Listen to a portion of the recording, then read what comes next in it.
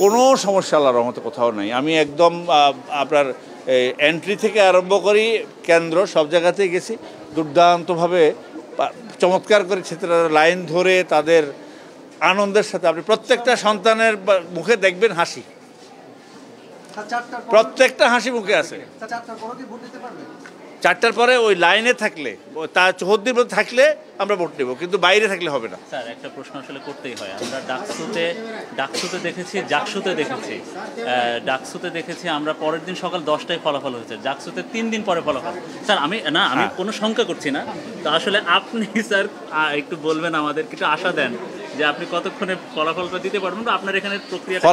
ফলাফলটা তো এটা অনেকগুলো ফ্যাক্টরের উপর নির্ভর করে, অনেকগুলা ফ্যাক্টর, একটা ফ্যাক্টর না।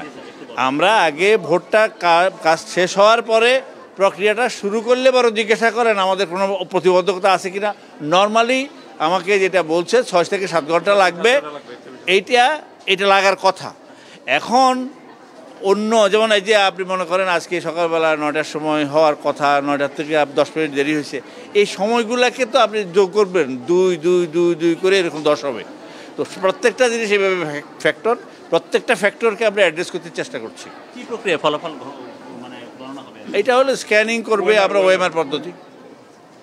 ডাকসুর মতো হবে না তো স্যার? ইনশাআল্লাহ ডাকসু আপনারা উদাহরণ দিচ্ছেন কেন? আমরা ওই শিক্ষা, আমরা জাকসুও না, ডাকসুও না, বাকসুও না, ওই শিক্ষাগুলো নিছি আমরা আপনাকে একটা কথা বলি, আমরা একটা উদাহরণ তৈরি করতে চাই যে আমরা ভালো করতে পারি, আবার আমাদেরকে আরেকজনে ফলো করবে, এটাই নিয়ম। দিনে দিনে উত্তরণ হয়, এটা কেউ কিন্তু কোনো কিছু প্রাথমিকভাবে আপনি আজকে মাইক ধরে রেখেছেন যে এটা কি 10 বছর আগে ছিল, সো এটা ডেভেলপমেন্ট হবে, সুতরাং এটা কোনো বিষয় না। Thank you.